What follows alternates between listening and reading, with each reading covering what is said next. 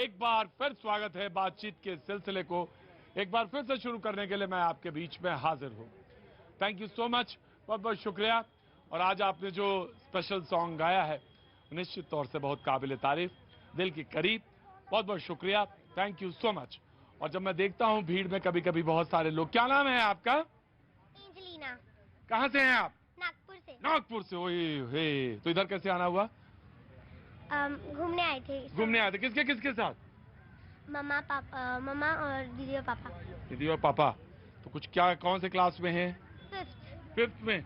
अच्छा, तो नागपुर में है, वेरी गुड। मम्मी दीदी कहाँ है? वो खड़ी है, पापा पीछे, मम्मी? मम्मी घर में। मम्मी घर में है। उनको क्यों ले लेके आए? कल लेके आना, ठीक है, बहुत बहुत अच्छी बात है। बहुत बहुत शुक्रिया, नागपुर से आए हैं आप, बहुत दिनों बाद आए हैं। सब ठीक है ना घर में? सब तबीयत सब बढ़िया?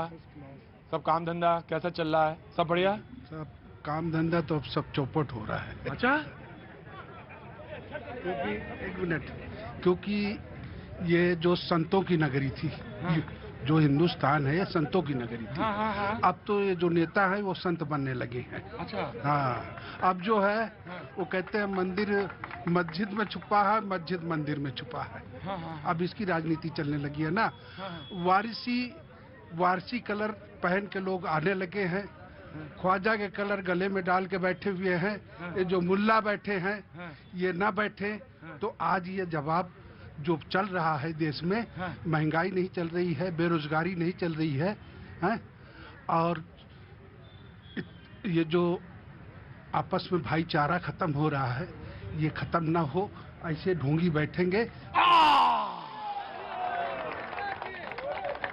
नहीं भाई, वो आप तो मुझे याद आ गया, आप अमेठी के रहने वाले हैं ना? थोड़ी देर में मेरे दिमाग में कौन था, ये तो अमेठी के रहने वाले हैं। नाम भूल गया मैं आपका। अनवर खान। अनवर खान, याद आ गया अनवर खान साहब। आज बहुत देर से आए, लेकिन सब ऐसा आए, ऐसा बोल गया कि सब बराबर कर दिया तुमने, है ना?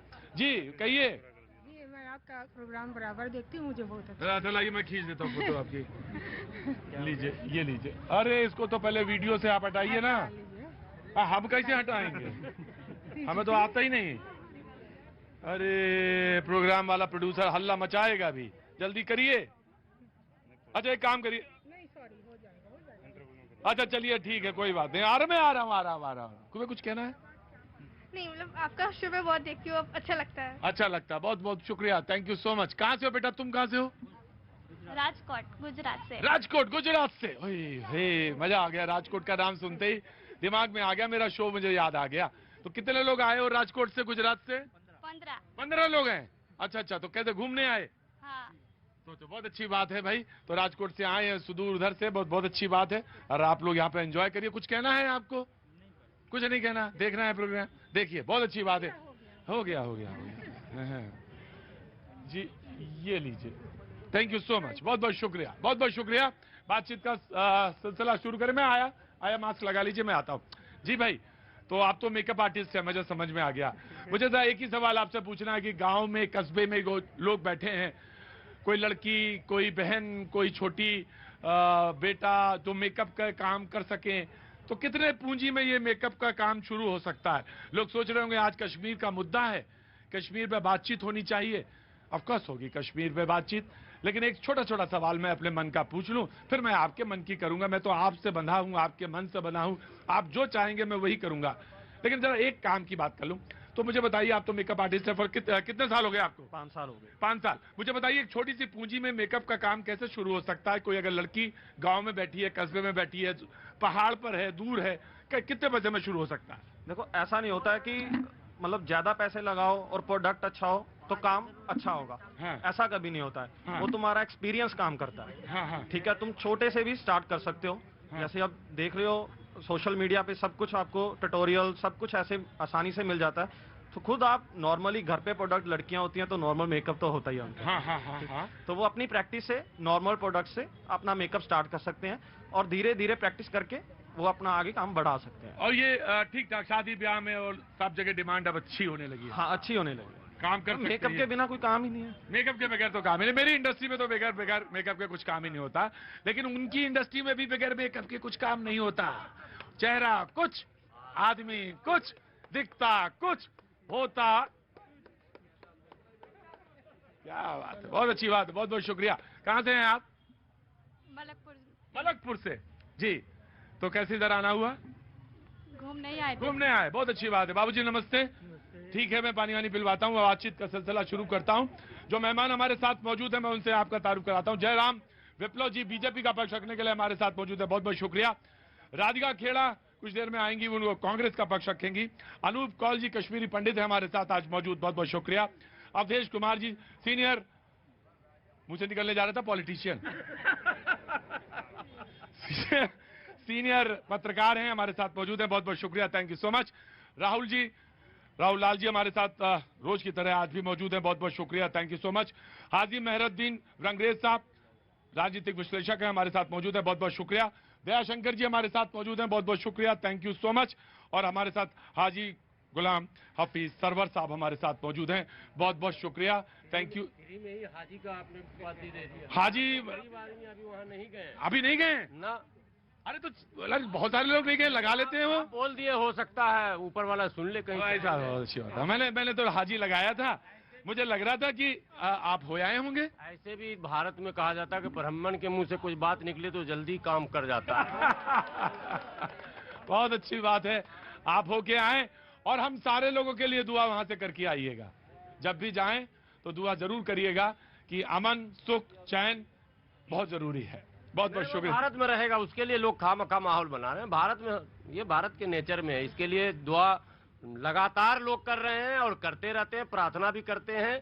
और मैं हमेशा विश्वास के साथ कहता हूं, जितनी बातें दिखाई बताई समझाई जा रही हैं उससे अलग भारत है। बहुत बहुत शुक्रिया, थैंक यू सो मच। बातचीत का सिलसिला शुरू करते हैं। 1 महीना और 6 कश्मीरी, जिसमें 4 कश्मीरी पंडित हैं और 13 प्रवासी भारतीय जो वहां पहुंचे हुए हिंदू हैं, उनका है हत्या होती है। रियाज अहमद 13 मई, 24 मई सैफुल्लाह कादरी साहब, 25 अमरीन भट्ट, 16 मई राहुल भट्ट, 31 मई रजनी बाला, 2 जून आज के दिन बैंक मैनेजर जो वहां का तमाम सारे लोगों के लिए काम कर रहा था, बैंक मैनेजर विजय कुमार, उसकी भी हत्या होती है। और यह सवाल अब लाजमी है पूछा जाए कि आखिर क्यों और टारगेट किलिंग क्यों हो रही है। लोगों ने कहा इसमें विदेशी ताकतों का हाथ है, पाकिस्तान का हाथ है। निश्चित तौर से होगा, मैं इससे इंकार नहीं करता, क्योंकि बौखलाहट एक जरूर होगी, क्योंकि जिस तरह से घाटी में नॉर्मल सी आ रही थी, टूरिस्ट जा रहे थे, बौखलाहट होगी, इससे कोई इंकार नहीं करता। लेकिन चुन चुनकर हिंदू लोगों को टारगेट करना, और जो नाम बताया मैंने, रियाज अहमद सैफुल्लाह, मैंने कहा ना रियाज अहमद सैफुल्लाह, सबका नाम लिया है, सबका नाम लिया। आखिर क्यों, आखिर इसके पीछे क्या? राहुल गांधी ट्वीट करते हैं कि जिनको इनकी सुरक्षा करनी, उनको फिल्म के प्रमोशन से फुर्सत नहीं। भाजपा ने कश्मीर को सिर्फ अपनी सत्ता की सीढ़ी बनाया। राहुल गांधी का ये ट्वीट है। राधिका खेड़ा मौजूद हैं, बहुत बहुत शुक्रिया, थैंक यू सो मच। पहले यहां से शुरू करेंगे। मुझे लगता है राहुल जी को अपडेट रहना चाहिए। आज ही देश के गृह मंत्री जी ने उच्च स्तरीय बैठक की है, कल एक और बड़ी बैठक होने वाली है, और लगातार सुरक्षा व्यवस्था को लेकर पुख्ता जो भी कदम उठाने उसको कर रहे हैं। देखिए 370 हटने के बाद घाटी जिस प्रकार से एक सामान्य रूप से आगे बढ़ी, वहां विकास के अभी 2020 में 80,000 करोड़ के पैकेज पर काम शुरू हुआ, ग्राम विकास के काम हुए, वहां पर स्थानीय निकाय के चुनाव भी हुए। आतंकियों के धमकियों के बावजूद 80% लोगों ने मतदान किया। ये सारी चीजें बताती हैं घाटी में जिस प्रकार से पर्यटक आए, 60,000 करोड़ के निवेश का लक्ष्य लेकर के सरकार वहां काम कर रही थी। ये तमाम चीजों से बौखलाहट सीमा पार भी है।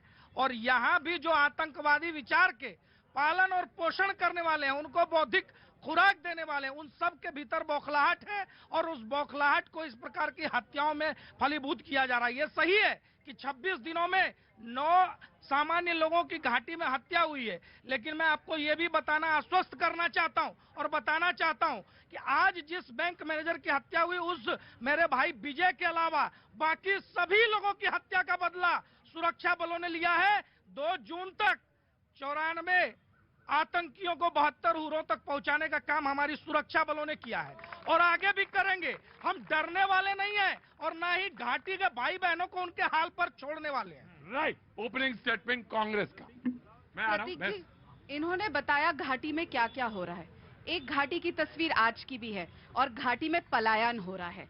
घाटी में जो हिंदू भाई बहन हमारे वहां से भागना चाह रहे हैं अपनी जान बचाने के लिए, क्योंकि ये सरकार निकम्मी सरकार है जो हमारे हिंदू भाई बहनों को मरवा रही है। नहीं, पलायन शब्द अगर एक भी इंसान की इस देश में मौत होती है तो ये सरकार के लिए बहुत ही निकम्मापन है। और पलायन हो रहा है, वो अपना जाना चाहते हैं अपनी जान बचाने को, क्योंकि गृह मंत्री पिक्चर देख रहे हैं और उनको एयरपोर्ट पे बस स्टैंड पे रोक दिया जा रहा है। नहीं, आप भागिएगा मत, आपको यही अपनी जान देनी पड़ेगी, क्योंकि हमने तो 370 हटाया है, हमने तो आपके लिए पिक्चर भी बना दी, हर चीज कर दी, लेकिन फिर भी गोली भी आपको अपने ही सीने पे खानी पड़ेगी। देखिए, आज वक्त था कि एक स्वर में सबसे पहले उन हत्यारों की निंदा होनी चाहिए थी, इन हत्याओं की निंदा होनी चाहिए थी। यहाँ पर राजनीति करने का कोई अवसर नहीं था। लेकिन अगर आप प्रतीक जी समय देंगे तो मैं वो 15 कारण बता सकता हूँ। आज उस घाटी में 370 हटने के बाद पूरे देश के लोगों को नौकरियां मिल रही हैं। घाटी में जितने केंद्रीय कानून थे वो केंद्रीय कानून लागू हुए हैं। घाटी में जो पुराने बेकार कानून थे उसको वापस किया गया। और तो और घाटी के अंदर अब लोगों को वहां आवासीय प्रमाण पत्र भी दिया गया जिनको पहले पलायन करना पड़ा था। और ऐसी तमाम चीजें हैं प्रतीक भाई जिसको लेकर के लोगों के अंदर एक दर्द है और वो दर्द सीमा पार किस प्रकार से जाता है वो आतंकवाद के रूप में परिणित होता दिखाई पड़ा। चलिए कड़ी निंदा कर लेते हैं, जैसे राजनाथ सिंह जी कहते हैं बड़ी निंदा करता हूँ, कड़ी निंदा कर लेते हैं, लेकिन कड़ी निंदा इस बात की भी करिए कि वहाँ पे बार बार आप सपना दिखाते हैं हिंदू राष्ट्र बनाएंगे और हिंदुओं का बार बार सरकलम कर दिया जाता है, बार बार हिंदुओं को कश्मीर से भगाया जाता है। इनकी सरकार थी वीपी सिंह के साथ जब हिंदुओं को वहाँ से भगाया गया था। आपने हिंदुओं को पहले वहाँ से कश्मीरी पंडितों को भगाया, फिर उनके जले पे नमक छिड़का, कश्मीर फाइल्स बना के, अरे एक फाइल मोदी फाइल्स बनाइए, दिखाइए, धारा 370 हटाई, नोटबंदी करी, टेररिज्म अभी भी चल रहा है। किसी ने पाकिस्तान बनाया, हमें देखो, हम पे 5 साल का था जिस टाइम लाहौर से आया हूँ, किसी ने बताया हमें अगर RSS और निहंग सिख मारना होते तो हम कभी बच के ना आते, हम मर जाते, हमें रास्ते में मार देते, हमें तुम बात करना रही हो इतना खड़ी हुई यहाँ पर। और निहंग सिखों ने कहा एक 15 फुट की वो बना लो, लाइन बना लो, लाइन बना ली 15 फुट की चौड़ी और एक काफिला चला लाहौर स्टेशन की तरफ काफिला चला और उसके अंदर पहले आ रहा हूँ। बड़ी मुश्किल से फिर हम वहाँ लाहौर पाकिस्तान से आप आए, 5 साल की उम्र थी, वो मंजर आपकी आंखों के सामने है। जी हाँ, मेरे सामने। राइट, मैं आ रहा हूँ। ये बात बना रही है यहाँ पर मेरे सामने, बेशक मेरी बेटी के बराबर है, गलत बोल रही है। राइट सर, आप मुझसे बुजुर्ग हैं और मैंने भी अपने परिवार के कई लोग शायद जिनको मैंने कभी देखा भी नहीं था उनको भी खोया। हम भी वहां से आए, सब कुछ छोड़ के आए, लेकिन ये भी सच्चाई है कि कई लोगों ने, गांधी जी हो, सरदार वल्लभ भाई पटेल हो, नेहरू जी हो, भगत सिंह जी हो, जिन्होंने अपनी जान न्यौछावर कर दी ताकि आज हम इस खुले आसमान के नीचे प्रतीक जी आपकी माइक पे बात कर सके। लेकिन सच्चाई में फिर बोलूंगी, बहुत दुख की बात है कि हमारे हिंदुओं को एक बार फिर पलायन करना पड़ा है। आप बोलिए मत 56 इंच के सीने से। प्रतीक जी, जो लोग दोषी थे उल्टा चोर कोतवाल को डांटे, इनकी सरकार, इनका शासन, हिंदुओं का कत्लेआम हुआ, घाटी से भगाया गया। और ये गांधी जी के और भगत सिंह के और सरदार वल्लभ भाई पटेल के नाम पर कमाई किसने खाई? उसी नेहरू परिवार ने उस पूरे आजादी के आंदोलन का लाभ उठाया, देश को 2 भाग में तोड़ा। इसके बाद जी प्रतीक देखिए, लफाजी के अलावा कुछ नहीं है।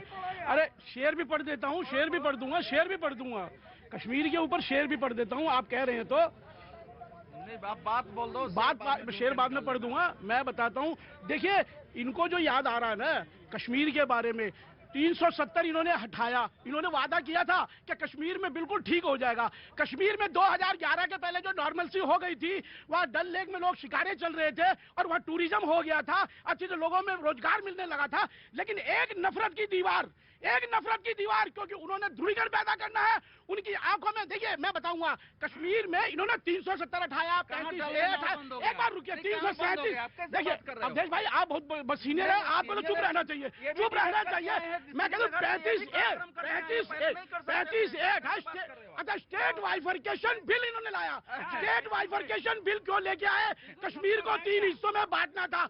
दरअसल इनकी आंखों में ना तो कश्मीर था, ना कश्मीरियत था, ना हिंदू कश्मीरी पंडित थे। इंटेलिजेंस रिपोर्ट कहती, मैं आ रहा हूँ, रुकिए, मैं बोलने दूंगा, बिल्कुल दूंगा, मैं दूंगा। नहीं, आप ज्यादा अच्छा बोलेंगे मुझसे ज्यादा।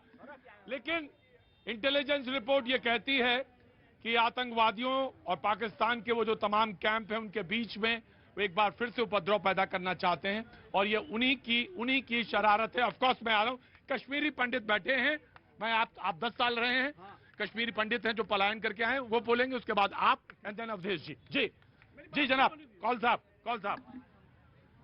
आज वाकई हमारा दिल रो रहा है। आज मंजर वही वापस आ गया जो 90 में था। अफसोस है, सरकार की नीयत पर अफसोस नहीं है, सरकार की नीति पर अफसोस है। नीति करती है क्रियान्वयन जो वहाँ के नौकरशाह है, वहाँ के नौकरशाह के अंदर कहीं ना कहीं जो है वो अलगाववाद की नीतियां हैं, क्योंकि इस्लामिक टेररिज्म जो फैल रहा है वहाँ पे इस समय, वो एक ज्वालामुखी थी, वो फटी है वहाँ पे। हमें से एक चीज कहना है इस समय, आज मैं पहले ये कहना चाहता हूँ कि भाई हमारे लोगों को बचाओ, हमारे लोगों को वहाँ से वापस लेके आओ, हम वहाँ पे मरने के लिए तैयार नहीं है। आपकी भेजने की तैयारी हो रही है दोबारा? हमें बीजेपी आपको दोबारा भेजने की तैयारी कर रही है वहाँ पे? चुप रहिए पहले, चुप रहिए, एक मिनट चुप रहिए। मैं एक बात कह रहा हूँ, कश्मीरी पंडित बोल रहे हैं, उनके बीच में कोई नहीं बोलेगा। आप लोग बीच में मत बोलिए। कोई नहीं बोलेगा कश्मीरी पंडित के बीच में। नेतागिरी करनी है, मेरे को नेतागिरी नहीं करनी है। मेरे लोग मर रहे हैं वहाँ पे, मेरे को उसकी नेतागिरी नहीं चाहिए, मेरे को उसकी सहानुभूति भी नहीं चाहिए। बस मेरे लोगों को वहाँ से वापस लेके आ जाओ आप लोग। सरकार की मजबूरी होनी चाहिए, सरकार को कहना चाहिए कि वहाँ से लोग वापस लेके आए। आप लोगों ने उन पर लाठीचार्ज किया। प्रतीक जी, ऐसा है कि एक गंभीर, देश के सामने गंभीर प्रश्न है। पार्टियां आपस में लड़ाई लड़ेंगी, किसी के घर में कोई एक व्यक्ति मारा गया है, वो उस परिवार के लिए तो है ही है, लेकिन 1990 के दशक में जो कुछ हुआ वो एक भय पैदा होता है। नहीं, बीच में नहीं, एक भय पैदा होता है। और पलायन पर भी बोल रहा हूँ, तुम बोल रहे थे मैं चुप था, अभी बोलेगा तो बोलने नहीं दूंगा। तो ये किसी के अंदर भय पैदा होगा कि 1990 के दशक में जो हुआ क्या वही हो जाएगा, और 100 परिवार कल वापस गए हैं। बाकी लोगों को भी जबरदस्ती कल रोका गया है। मैं कश्मीर में बात किया, हमारे एक मित्र हैं, पॉजिटिव कश्मीर चलाते हैं, भरत रावत वहीं बैठे हैं। उन्होंने बताया कि लोगों को खाने की कमी हो गई है, पुलिस वाले घेर के रखे हैं तो आधे लोग भाग जाते हैं। लेकिन ये दूसरे दिशा में देखने का प्रश्न है। पहली बात यह है कि आज जो हत्या हुई है बैंक मैनेजर का, सबने देखा होगा कि झोले में एक पिस्तौल लेके आदमी आया है और टारगेट करके मार दिया है।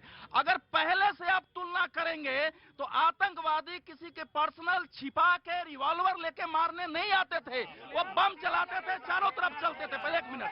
दूसरी बात, सर अवधेश सर जैसे वरिष्ठ पत्रकार, जयराम विप्लव जी जैसे वरिष्ठ, मैं कह रहा हूं सर कि उस जगह पे जो ये चीज हो रहा है, झोला में छुपा के लाता है और सामने लेके आता है और हत्या हो जाती है। मैं कहता हूं सर कि आपने हमारे आस्था को बचाया, इसलिए वोट हम आपको देंगे। जाइए, पूरी बात करूं। देखिए ऐसा है कि इस समय ऐसा है कि पूरी दुनिया में जिहादी आतंकवाद एक चुनौती है, एक हाइब्रिड जो है लड़ाई चल रही है। लेकिन जब आप बड़े हमले करने में असफल होते हैं, मुझे एक चीज बताइए, नो, झोले में लेके आने में और सामने लेके आने में फर्क क्या है? मरता तो इंसान है, क्या फर्क है बताइए मुझे। जब आप बात नहीं करने देंगे, माइक लेकर चले जाएंगे, स्पष्ट कैसे होगा? मैं तो सवाल तो पूछूंगा। झोला भी लेके आया है, झोला भी लेके आया, वो भी आतंकवादी है, लेकिन बात तो करने दीजिए। अरे तो उसमें फर्क क्या है? मैं ये कह रहा हूँ, नहीं भड़का है, मैं ये कह रहा हूँ, आप ध्यान से देखिए, जब बड़े हत्या करने में आतंकवादी सफल नहीं हो रहे हैं, बड़े कारनामे, तो छोटे लक्ष्य बनाते हैं भय पैदा करने के लिए। तो छोटे लक्ष्य से भय पैदा किया जा रहा है, लेकिन इस भय का ये मतलब नहीं है कि लोग पलायन कर जाए 90 की तरह। एक तर्क ये है जो इनका तर्क है, और वो मान्य भी है कि बड़ी वारदात आप नहीं कर पा रहे हैं, इसलिए इनोसेंट किलिंग कर रहे हैं आप, ये तर्क है। लेकिन इनोसेंट किलिंग में मैं आ रहा हूं, लेकिन आदमी मैं आ रहा हूं जयराम, आ रहा हूं, लेकिन फर्क तो यही नहीं है ना, मर तो इंसान ही रहा है। मैं आया जी जी, ये जो बोल रहे हैं कि एक कश्मीरियत, बे प्लीज सुनिए, मोहम्मद रफी अता, ये जनाब कश्मीरियत बोल रहे हैं ना, प्लीज मोहम्मद रफी अता, इनके कश्मीरियत का क्या नाम है आपका? अब कन्हैया सिंह, मैं जो है गोरखपुर का रहने वाला हूँ। वो 10 साल वहां रहे? 10 साल नहीं, आज भी मेरे घर के नाम जो है ना 2500 लोग हैं, जो है 2500 लोग हैं वहाँ पर। अच्छा बोलिए। तो इनकी ये बोल रहे हैं कि कश्मीरियत, अब कश्मीरियत इनका ये है कि हिंदुओं को भगाना, मारना, उनकी बेटियों के साथ बलात्कार करना और मस्जिदों से ऐलान करवाना, ये था इनका कश्मीरियत था इनका। राइट, मैं आ रहा हूं, मैं अवधेश जी को 1 मिनट देना चाहता हूं। मैं देखिए, ऐसा है कि ये जो कहा जा रहा है कि आज कश्मीर में ये स्थिति है कि कोई कहे कि हिंदू घाटी छोड़ दो, कोई कहे कि आप इस्लाम कबूल कर लो, तो बदलाव देखिए इसका क्या। भाई अभी तो आप कह रहे थे रोका जा रहा है, जबरदस्ती रोका जा रहा है। बात पूरी नहीं कर, वो लोग डर से भाग रहे हैं, लेकिन वो परिस्थिति नहीं है। लोग आज भी, अरे भाई सब चिल्ला रहे हैं मेरी बातों पर, सच्चाई यही है कि आज वो परिस्थिति नहीं है। लेकिन क्या सुनिए, क्या पलायन इसका रास्ता है? क्या वो अगर पलायन कर, एक ही सुनिए, आतंकवादियों को सपोर्ट करने का एक ही विकल्प है कि आप वहां से डर के निकल जाइए। बढ़िया, एक मिनट, मोहम्मद रफी था, नहीं बोलेंगे बीच में, रुको जनाब मैं आपसे जानना चाहता हूँ। नहीं मोहम्मद रफी था, sir Awadhesh ji please cool down. Mohammad Rafi, जनाब मोहम्मद रफी, मैं कह रहा हूँ ना, मैं कह रहा हूँ, नहीं अवधेश जी प्लीज मोहम्मद रफी था, प्लीज मैं आपसे जानना चाहता हूँ। एक तर्क ये दिया गया कि पलायन, वहां से आना, वहां से जाना, अवधेश जी का वहां से जाना, पलायन, ये सारी चीजें जो है ये नीति नहीं है, वहां रुक के सामना करना पड़ेगा। अवधेश जी जाएंगे और सामना करने के लिए, अगर आप जाइए और अपना, अगर किसी को आपने खोया होता अपना वहाँ पे, तो शायद आपका ये चीज नहीं होती आपकी। देखिए, मेरा कहना यह है कि सरकार ने तो एक सुरक्षित कदम उठाया। कल जो मनोज सिन्हा ने बैठक ली है, उसमें तय हुआ है कि कश्मीरी हिंदुओं, जितने हिंदू हैं वहाँ कर्मचारी, उनको एक जिला केंद्रों पर रखा जाए, एक ही जगह। उनको जो आवासीय कॉलोनी बन रही है उसमें बसाया जाए सुरक्षित रूप से, ताकि ये सुरक्षित रहे। लेकिन मेरा कहना है कि ये भी रास्ता नहीं है। आपने 3 मुसलमानों का नाम लिया है, मारे गए हैं, क्या वो कह रहे हैं कि हम घाटी छोड़ देंगे? जो समुदाय हमेशा पलायन करने के लिए, डर से भागने के लिए तैयार रहेगा, उस पर हमले होंगे, उसको मारा जाएगा। दुनिया का इतिहास बताता है। अरे हम बैठ गए। अब अवधेश जी का मानना शायद ये है, एक मिनट भैया मैं भगाऊंगा यहाँ से। अवधेश जी जैसे शख्स को मानना ये होता है कि कश्मीरी पंडित समुदाय जो है बलि का बकरा है, उसको जहाँ खूंटे में बांध दो मरने के लिए। लेकिन इस बार एक बार चुप रहिए जरा, आपको कुछ पता नहीं है, आप सिर्फ डालाबाजी करते हैं, बस ये बात है। शायद इस बार क्या भाषा बोल दी कश्मीरी पंडित, सच्चाई बोल रहा हूँ मैं आपको। अरे तो क्योंकि आप पत्रकार हो, आप पत्रकार है, तो मैं कश्मीर में काम नहीं किया हूँ क्या? अरे जो 90 में हुआ वो आज 2022 में क्यों हो रहा है? बड़ो आप बैठिए, आराम से बैठिए। देखिए जो, हाँ ये बात अब बोली आपने सही, जो गलत है उसका विरोध होना चाहिए, चाहे वो भारतीय जनता पार्टी की सरकार हो, चाहे वो कांग्रेस सरकार हो। आज गलत हो रहा है। आज वहाँ पे ये हालत हो गए हैं कि वहाँ पे रुकना और रहना बहुत मुश्किल हो गया है। हमारे लोगों के ऊपर लाठीचार्ज होता है, हमारे लोगों के ऊपर आंसू गैस छोड़े जाते हैं, हमारे लोगों को बैरक के अंदर बंद कर दिया गया है। खाना पीना, रहना, दूध, सब कुछ जो है दुश्वार कर दिया गया है। क्यों? नहीं कल हुआ है, अफकोर्स जी, मैं आया जनाब, मैं आ रहा हूँ। हाँ जी, आपका राइट है। जब आपको पता नहीं होता है सर, मैं तो इसीलिए आपसे कह रहा हूँ, जानकारी पूरी रखनी चाहिए आपको। पिछले 20 दिन से जो है वहाँ पे जो है हमारे पीएम पैकेज एम्प्लॉइज हड़ताल पे हैं। जब से वो तो उन्होंने कहा कि ट्रांसफर करेंगे। किसको ट्रांसफर करेंगे? कितने लोगों को ट्रांसफर करेंगे? हम चाहते हैं कि पहले उन लोगों को सुरक्षित जो है जम्मू वापस लाया जाए। उसके ऊपर जो है आज की तारीख में पूरी दुनिया के अंदर वर्क फ्रॉम होम चल रहा है, तो क्यों नहीं वो लोग वर्क फ्रॉम होम कर सकते हैं? राइट जनाब। मैं सबसे पहले तमाम पैनलिस्ट, चाहे वो किसी भी दल के हों, कश्मीर के विषय पर बात हो तो कम से कम दलगत भावनाओं को त्याग दें। अगर कश्मीर के मुद्दे पर आप दलगत भावनाओं से ग्रसित होकर बात करेंगे तो फिर वही होगा जो होता चला आ रहा।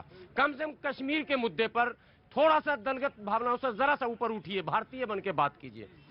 पार्टीशन के बाद से हरि सिंह के रोल को, पंडित जवाहरलाल नेहरू जी के रोल को, अब्दुल्ला परिवार के रोल को, मुफ्ती परिवार के रोल को जब तक डिफाइन नहीं किया जाएगा, माने हल, समस्याएं तो सब गिना देते हैं, हल क्या है ये समझ में नहीं आएगा। आप देखिए, अब्दुल्ला परिवार से कांग्रेस की कुर्बत, शेख अब्दुल्ला से उमर अब्दुल्ला तक कांग्रेस से कितनी कुर्बत है, लेकिन कुर्बत मतलब नजदीकी, लेकिन साथ में मुफ्ती परिवार से भारतीय जनता पार्टी की नजदीकी। मुफ्ती मोहम्मद सईद जब गृह मंत्री बने थे, आडवाणी जी के आशीर्वाद से बने थे, दूसरा कोई नहीं था। ये आप जानते हैं, हमसे ज्यादा जानते हैं, और हमारे पैनलिस्ट भी जानते होंगे। सरकार में वो थे, जवाब देंगे। और उसके बाद महबूबा से जो इन्होंने मामला किया, ऐसे नहीं कश्मीर बिगड़ा है। और सर, आप परिवार खेल रहे। महबूबा परिवार भी कश्मीरियों के अधिकार का हनन कर रही है और शेख अब्दुल्ला परिवार भी कश्मीरियों का अधिकार का हनन कर रहा है। हम इन दोनों परिवार से हटकर आम कश्मीरियों का जब तक सामने रखकर हम प्लान नहीं बनाएंगे, तब तक कश्मीर मसले का हल नहीं होगा। राइट। प्रतीक जी, सबसे पहले तो आज मैं ये बताना चाहता हूं कि 1990 की स्थिति नहीं है, न होगी, नहीं हो पाएगी। कारण सुन लीजिए। कारण ये है कि क्या किसी मस्जिद से ऐलान हुआ क्या कश्मीर छोड़ दो? है हिम्मत किसी में? और आतंकियों को भी, जो अवधेश जी ने कहा, आतंकियों को भी जो रॉकेट लॉन्चर लेके घूमते थे उस कश्मीर घाटी में, वो तमंचे पर आ गए। ये सुरक्षा बलों की डर के कारण हुआ है। मैं मोदी जी की इज्जत करता हूँ, अमित शाह जी की इज्जत करता हूँ, लेकिन सही को सही बोलो, गलत को गलत बोलो। आप ये नहीं होना चाहिए। आप क्या ये 90 जैसे हालात है? उससे बदतर रहिए। वक्त एक छोटे से ब्रेक का, ब्रेक के बाद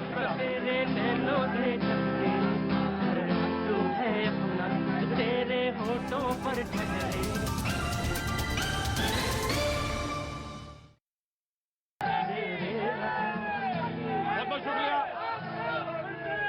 बहुत बहुत शुक्रिया, थैंक यू सो मच, बहुत बहुत शुक्रिया। आज जो बातचीत का मुद्दा था, मैं बहस नहीं कह रहा हूं, इस्तेमाल नहीं कर रहा हूं आज शब्द, क्योंकि बहस इस पर नहीं।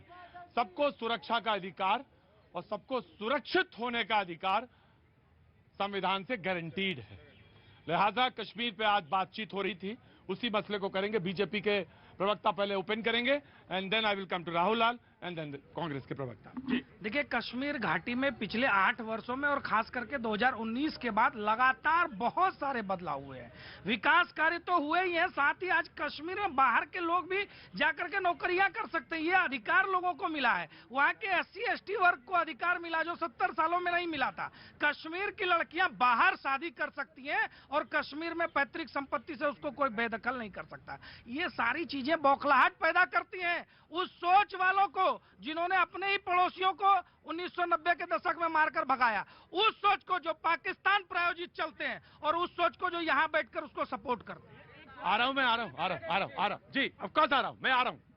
देखिए, कश्मीर को लेके जो स्थिति है बड़ी दुखद है। देखिए, कश्मीरी पंडित के बयान को जो वहां पे रहे हैं, उनके भुक्तभोगी जो तमाम लोग हैं, उनके बयानों की तरफ देखना पड़ेगा हम लोगों को। क्या स्थितियां बनी हुई, टारगेट किलिंग रुक नहीं रहा। राहुल भट्ट से हम लोग उस समय से देखे लगातार डिबेट, अगर हम लोग हाल पुराने डिबेट को छोड़ भी दें, लगातार डिबेट कर रहे हैं।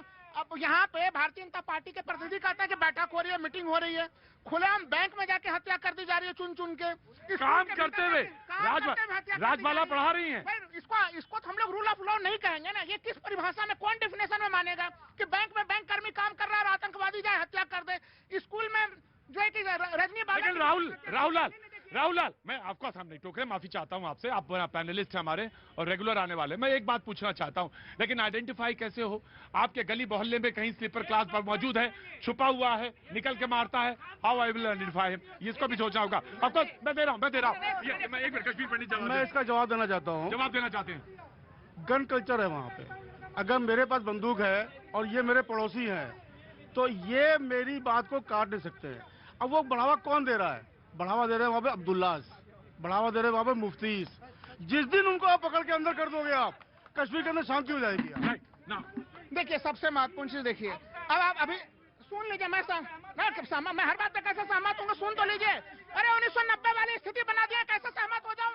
1990 की स्थिति वापस हो गई है। कश्मीरी पंडितों पे वहाँ पे लाठीचार्ज किया जा रहा है, तमाम तरह की चीजें की जा रही है। उनको धरना प्रदर्शन नहीं करने दिया जा रहा है। देखिए उनकी क्या मांग थी, पीएम एम्प्लॉइज स्कीम के तहत जो 4000 लोग तैनात है वहाँ पे, वो मांग कर रहे थे कि लगातार उनकी सुरक्षा को खतरा उत्पन्न हो रहा है।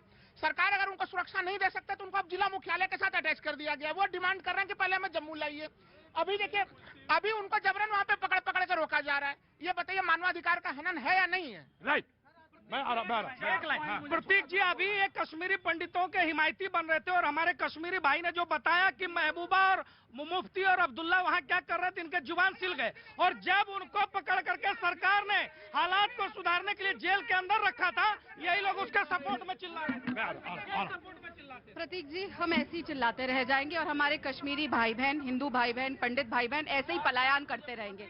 उम्मीद करती हूँ यहाँ पे सब शांति से मेरी बात सुनेंगे, क्योंकि मेरे अंदर अब गुस्सा आना बंद हो गया है। अब दुख हो रहा है और आंसू आ रहे हैं, क्योंकि आपने सुना इन्होंने क्या कहा, 1990 से भी ज्यादा बदतर स्थिति। और ऐसे हालात क्यों हो रहे हैं? वादा था ना, टेररिज्म हटेगा, 300 किलो RDX आ गया, मोदी जी शूट कर रहे थे, किसी को आज तक पता नहीं चला वो कहां से आया। अब आज की बात करते हैं। गृह मंत्री के पास इतना समय है कि वो पिक्चर देख सके। 1 महीने से ऊपर हो चुका है, कंटिन्यूअसली किलिंग्स हो रही है, लेकिन गृह मंत्री क्या एक बार भी जम्मू कश्मीर गए और कहा मैं खड़ा हूं वहां पे, मैं देखता हूं कैसे किसी हिंदू भाई बहन या किसी भी नागरिक की हत्या होती है, पर ऐसा नहीं हुआ। दूसरी बात, क्या इनको सिर्फ बलि का बकरा ही बनाया जाएगा, सिर्फ पिक्चर ही बनाई जाएगी? किसी की भी सरकार हो, हम कब तक बस ऐसे ही चिल्लाते रहेंगे? जो ये कह रहे हैं, मैं बार बार यही बोलूंगी, इन्होंने चिल्लाया कि गन कल्चर ये है, गन है वो है। अरे इनकी सुनिए, इनका दुख समझिए। मैं ऐसा है, मैं 4 पॉइंट। पहली बात तो ये है कि देखिए, अगर हत्याएं हो रही है तो इंटेलिजेंस फेल्योर है, इसको स्वीकार करना पड़ेगा।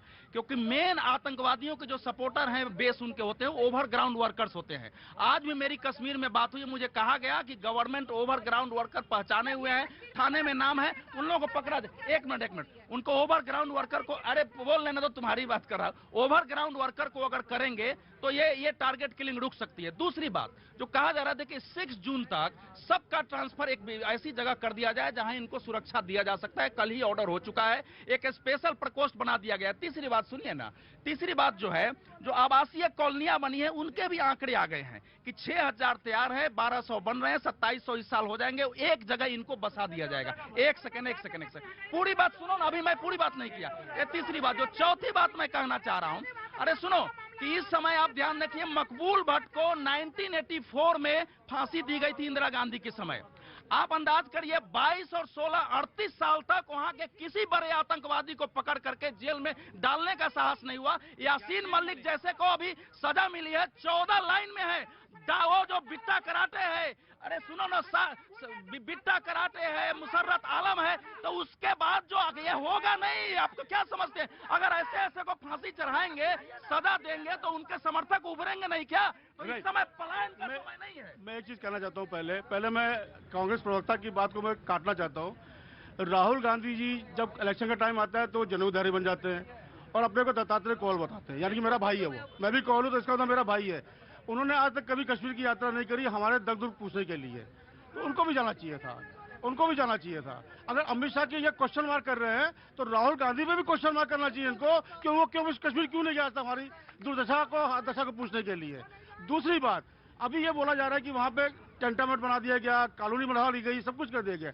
ये पिछले कई सालों से प्रक्रिया चल रही है। आप वहां पे सिक्योरिटी नहीं दे सकते हो सबको। हमें वहाँ पे सब्जी लेने जाना है, हमारे बच्चों को स्कूल जाना है, हमें दवा दर जाना है। सबको सिक्योरिटी नहीं देखिए, मैं बार बार कह रहा हूँ। शॉर्ट में बोलिए। मैं शॉर्ट में बोल रहा हूँ कि कश्मीर, देखिए कश्मीर मुक्ति की ओर बढ़ा है, उसमें सबको लगना पड़ेगा। सुनिए, नहीं मैं ऐसे नहीं भागिए। पलायन इसका उत्तर नहीं है, टकराना पड़ेगा। पलायन उत्तर नहीं है, टकराना पड़ेगा। 90 भाग के क्या पाए? भाई सवाल ये है, हम बोलते हैं कि जो हमें गन दे दो। किससे कह रहे हैं आप टकराना पड़ेगा? आप कह रहे हैं ये कायर हैं क्या? किससे टकरा जाएं? बंदूक से, गोली से, किससे टकरा जाएं? हम अवधेश जी, हम वोट देते हैं सरकार को, और इसलिए देते हैं कि हम सुरक्षित होंगे, पानी मिलेगी, सड़क मिलेगी, हवा मिलेगा। ये गलत है। तो हम टकरा जाएं, अब इनसे टकरा जाएं जाके, ये बंदूक इनके हाथ में, हम टकरा जाएं। आपके सामने बंदूक लेके आएगा, कहेगा कि बहू बेटियों को छोड़ो यहाँ से जाओ, तो आप क्या करेंगे? वहाँ टकरा जाएं, हम गोली मार खा लें। अच्छा, वाह, क्या बात है, क्या बात है। गलत गलत गलत। जवाब में दे रहा हूँ, अगर लोग खुद ही टकराएंगे तो फिर ये अराजकता की स्थिति नहीं आएगी। तो फिर एजेंसियां क्यों है, पुलिस क्यों है, प्रशासन क्यों है? आप अराजकता की तरफ देश को ले जाना चाहते हैं, ऐसे बयान आप कैसे दे रहे हैं? ये इस समय ऐसा है कि इस समय स्पेशल सुरक्षा की व्यवस्था कश्मीर में है। ये कहना बिल्कुल हो रहा है। सुन लीजिए, हर नागरिक को कहीं सुरक्षा नहीं दी जा सकती है, लेकिन हमारा टारगेट अगर पीओ का है, हमारा टारगेट अगर कश्मीर में सच्चा लोकतंत्र है, तो इस ढंग से आतंकवादी कोशिश करेंगे, उनको विफल करना पड़ेगा। मेरा ये कहना है टकराना नहीं, इसको ये शब्द टकराना इस्तेमाल कर रहे हैं। मेरा ये कहना है अगर कहीं स्लीपर सेल है, अगर कहीं कोई बंदूक लेके AK-47 लेके गलियों में छुपा हुआ है, तो उसको बताइए, सामने आइए, मुख्य धारा में आइए। ये हुआ टकराना। टकराना ये नहीं कि जाके घुस जाइए बंदूक के सामने। जी जी जी, एक मिनट, मैं अभी इनको ये समझाना चाहता हूँ, कि जब मस्जिदों से ऐलान होता है कि कश्मीरी पंडितों को कश्मीरी छोड़ दो, अपनी औरतों को यहाँ छोड़ के चले जाओ, तो क्या आपकी इतनी हिम्मत होगी कि वहाँ रुकोगे आप? क्या बात कर रहे हो यार आप? क्या करो, टकराओ बैठ के। जब हमने वहाँ पे, हम बुज़दिल नहीं हैं, ये कश्मीर फाइल ने भी आपको बताना नहीं, जरूरत नहीं है बार बार, आप नहीं हैं। लेकिन हम ये भी बोलना चाहते हैं कि अगर सरकार हमारा साथ दे तो हम वहाँ पे समस्या का समाधान करने को एक मिनट, ये नहीं। जब चुनौतियाँ आती है तो केवल मीठी बात से नहीं होगी। जब चुनौतियाँ आएंगी, जो लड़ने के लिए तैयार होगा, उसी का समय भी साथ बिल्कुल नहीं हो सकता। जब 2.5 साल पीडीपी के साथ भाजपा ने सरकार चलाई, वहाँ पर आतंकियों की सरकार के साथ बीजेपी ने अपनी 2.5 साल सरकार चलाई। आज कश्मीर पंडितों के आंसू पूछने के बजाय आज इन्हें दुख दिया जा रहा है, इन्हें टारगेट किया जा रहा है।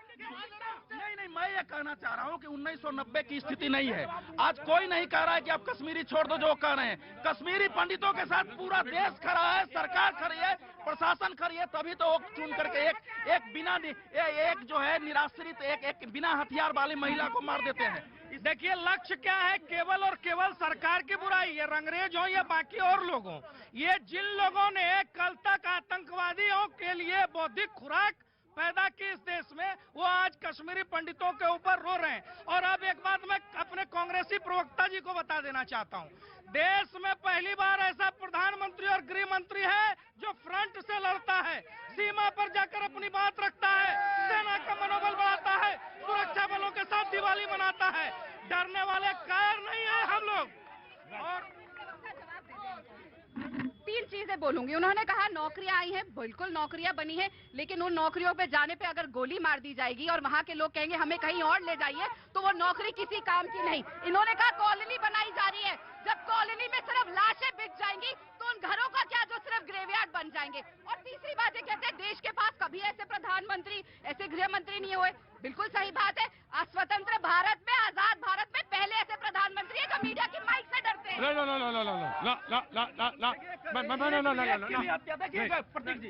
अरे आप सर रुकिए, एक मिनट रुकिए। हाँ जी प्रतीक, देखिए कश्मीरियों की बात करते हैं, आप कश्मीर की बात करते हैं, कश्मीरियों की बात तो नहीं करते ना। आप कश्मीर की बात करेंगे तो कश्मीरी की बात करेंगे। कश्मीरी में वो भी है जो कश्मीर में रहता है, कश्मीर में कश्मीरी पंडित भी है। और एक अटल बिहारी वाजपेयी ने एक जो लफ्ज दिया था और एक योजना बनाई थी, हीलिंग टच की योजना बनाई थी। आप कहा है, आप ही की सरकार ने कही थी हीलिंग टच, आपका हीलिंग टच शेर में लेता हूँ। कश्मीर का 2 लाइनें हैं, मैं कश्मीर हूँ दोस्तों, मैं जन्नत निशान हूँ। मैं कश्मीर हूँ दोस्तों, मैं जन्नत निशान हूँ। हिस्सा हूँ हिंद का, मैं इसकी शान हूँ। वादी में मेरी क्यारियां फूलों की खिल रही, गद्दार मैं नहीं दोस्तों, मैं हिंदुस्तान हूँ। अता साहब बहुत बड़े शायर हैं, बहुत अच्छे शायर हैं। अता साहब आप मुझे ये बता दीजिए, आप आज तक कितनी बार कश्मीर गए हैं? उन पंडितों के लिए मुझे बता दीजिए, इसका जवाब दे दे। आप बीजेपी से जवाब लेते हैं। राहुल गांधी कितनी बार गए हैं? और भैया जिसको आप कह रहे हैं लड़ने के लिए, उसको लड़ना नहीं कहते, उसको सेल्फ डिफेंस कहते हैं। अगर कोई हमको गोली मारने आएगा तो गोली का जवाब सिर्फ गोली होता है, गोली नहीं होता। सुन लीजिए, ये है जवाब। और ये गलत है, गलत है, गलत है, गलत है। ये काम सरकार का, लॉ एंड ऑर्डर नहीं, लॉ एंड ऑर्डर में नहीं। सेल्फ डिफेंस गलत नहीं है। एक मिनट गलत नहीं है। मेरे ख्याल से अब जो है प्रोग्राम अंत की तरफ जा रहा है। अब मैं इस चैनल को क्या कहूँ, खलीफा हो क्या? खड़ो। ये प्रोग्राम जो है, ये प्रोग्राम भैया जी, क्या नाम है बेटा? राहुल। कहाँ से हो? दिल्ली से ही हूँ। दिल्ली से। क्या क्या काम करते हो बेटा? मैं अकाउंटेंट हूँ। बोलो। मैं अपने कश्मीरी जो पंडित भाई हैं मैं उनसे एक बात कहना चाहता हूँ। अभी यहाँ पे बात होती है सेल्फ डिफेंस को लेके। हमारे भगवान राम जी जब उन्हें वनवास हुआ था तब वो जंगल गए थे और माता सीता के साथ गए थे, तो उन्हें पता था हम जंगल जा रहे हैं, सब कुछ छोड़ के जा रहे हैं। उन्हें ये चीज पता थी कि हमें यहाँ पे दुष्ट लोग जीने नहीं देंगे। वो अपने साथ धनुष बाण लेके जंगल गए थे क्योंकि उन्हें ये चीज पता थी हमें दुष्ट लोग जीने नहीं देंगे। आज कश्मीरी भाइयों को ये समझना होगा कि वही दुष्ट लोग हमें नहीं जीने देंगे। आज वो नौबत आ चुकी है कि उन्हें एक हाथ में शस्त्र और दूसरे हाथ में एक मिनट कश्मीरी भाइयों को समझना होगा। मैं रुकिए। एक मुल्क है बेटा, उसका नाम है अमेरिका। बड़ा ताकतवर मुल्क है। वो मालूम है आजकल किस बात से परेशान है? नहीं मालूम है। किस कल्चर से मालूम है? उसे कहते हैं गन कल्चर। अकाउंटेंट हो तुम्हें मालूम है? इतना तबाह है कि कभी 18 बच्चे मार दिए जाते हैं, कभी 50 बच्चे मार दिए जाते हैं। बंदूक क्या जवाब बंदूक नहीं है। Have to be corrupt. मेरी बात समझने की कोशिश करो। सेल्फ डिफेंस और होती है, कश्मीर में सेल्फ डिफेंस नहीं। Have to be responsible. रुकिए, मैं आ रहा हूँ, पहले वहां पे खड़ा हुई जी। मैं प्रतीक जी मैं केवल एक ही चीज क्या करते हो, समझ में नहीं आता तुम्हें? जी प्रतीक जी देखिए, मैं एक ही लाइन बहुत देर से कहना चाह रहा था कि वहाँ पे जो हो जा रहा है कि लोग लड़ रहे हैं। वहाँ के डीजीपी ने कहा है कि हमें तमाम ग्राउंड से, ऐसा नहीं कि लोकल लोग इंटेलिजेंस सूचनाएं नहीं दे रहे हैं। बगल में कोई भी अगर आतंकवादी या कोई भी संदिग्ध नजर आ रहा है, लोग सूचनाएं दे रहे हैं। इसका मतलब है कि लोकल लोग अब आतंकवाद को सपोर्ट नहीं कर रहे हैं। लेकिन इसके बावजूद भी वहाँ पे लोकल एक तरह से आतंकवाद सूचनाएं नहीं बंद हो रही है। तो सोचिए, इसके ऊपर मंथन तो करना पड़ेगा ना। राइट ऑफ कोर्स मौलाना, मैं आ रहा हूँ। आत्मरक्षा का तो अधिकार संविधान में है ना, तो उस का तो इस्तेमाल किया ही जाएगा। किया जा सकता। एक अगर समय तो अब है नहीं। मैं जंतर मंतर पे धरने पर था, अचानक मैं इस तरफ धरने पर था, इस तरफ दूसरी एक छोटी सी पार्टी उसका भी धरना था। उसमें 12-14 कश्मीरी आए हुए थे। वो आकर हमारा भाषण सुनने लगे। सुनते सुनते एक उठे दो उठे, वो सारे आकर बैठ गए। सारे के सारे थे कश्मीरी मुस्लिम। प्रोग्राम खत्म हुआ, उन लोगों ने हमसे बातचीत शुरू की, नंबर लिया, फोन किया शाम में कि आपसे हम बात करना चाहते हैं। हमने कहा कहाँ आप लोग हैं? बोले मैं जामा मस्जिद में होटल में हूँ। मैं रात में गया मिलने, बोले सुबह मैं चला जाऊंगा। जो कुछ उन लोगों ने सुनाया और जो आज मैं यहाँ से सुन रहा हूँ, ईमानदारी की बात। इन्होंने कहा ना अभी नहीं है। शुरू में आप जहां से मस्जिदों से ऐलान हो रहा, कोई मुफ्ती फतवा दे रहा, आपने किस मुफ्ती को गिरफ्तार किया? उस मुसलमान ने हमसे बताया कि स्थिति यह है कि हम सब भुक्तभोगी हैं। यहाँ प्लांटेड खेल है। खेल तू ऐसे खेलेगा, पूरा स्क्रिप्ट लिख दिया गया है और वही स्क्रिप्ट पर एक एक कदम आगे बढ़ा जा रहा है। वो रोकर हमसे ये कह रहा था कि हम खुद भी भुक्तभोगी है। किसकी हिम्मत है कि मस्जिद का ऐलान कर वो इमाम बनकर परा रह जाए? डाले आज यासीन मलिक जा सकता है। एक्चुअली यहाँ टकराने की जरूरत है। ये टकराने की जरूरत है। पकड़ा जाएगा तो हम धर्म से जोड़ देंगे, कतई नहीं। गलत को गलत और सही को सही जब तक कहना नहीं सीखेंगे और अंतिम क्षण में नहीं, यही वाक्य है। गलत को गलत और सही को सही करना जब तक नहीं सीखेंगे तब तक कश्मीर नहीं सीखेंगे। बिहार में चुनाव हो रहा, कश्मीर के नाम पर उड़ीसा में चुनाव हो रहा, कश्मीर के नाम पर यूपी में चुनाव हो रहा। अरे भारत के नाम पर कश्मीर में चुनाव कराओ, भारत के नाम पर कश्मीर में चुनाव। राइट हो गया। पहले मेरे भाई को बता दूं, वो कश्मीर भारत का था, भारत का है, रहेगा। महर्षि कश्यप ने बसाया था, वो पाकिस्तान का नहीं था। नंबर 1, वो पाकिस्तान का नहीं है कि उसके नाम पे बात नहीं होगी। और दूसरी चीज, ये कह रहे थे मस्जिदों से मुफ्ती और मौलाना क्या कर रहे थे?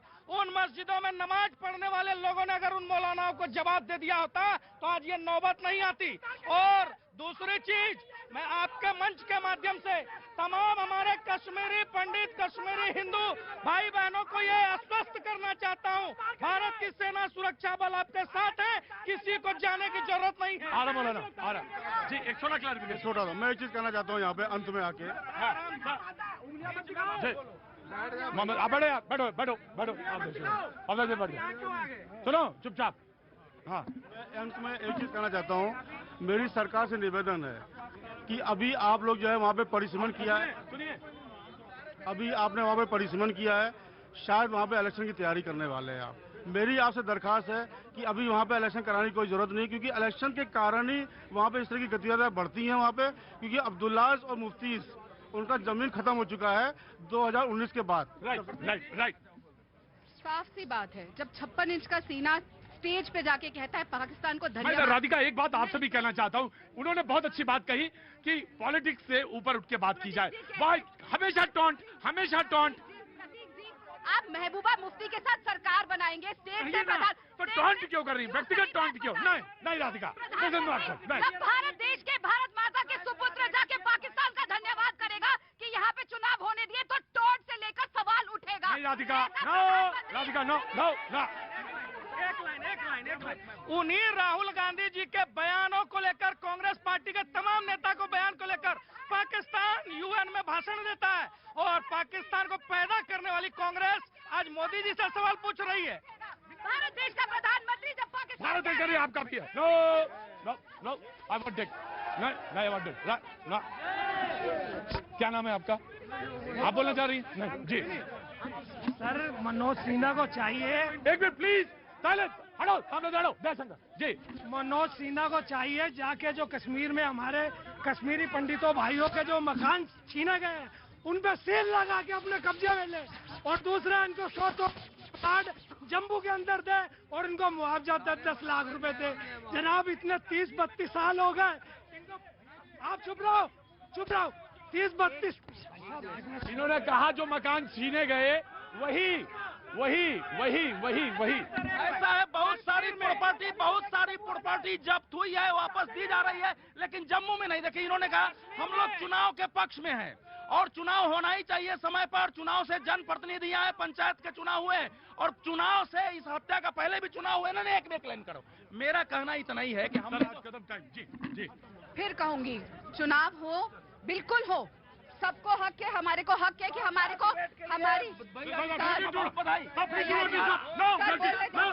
बोलने दीजिए। चुनाव हो या ना हो, लेकिन किसी को भी हक नहीं है कि पाकिस्तान के आगे झुक के बोले धन्यवाद, आपने यहाँ चुनाव। बहुत शुक्रिया।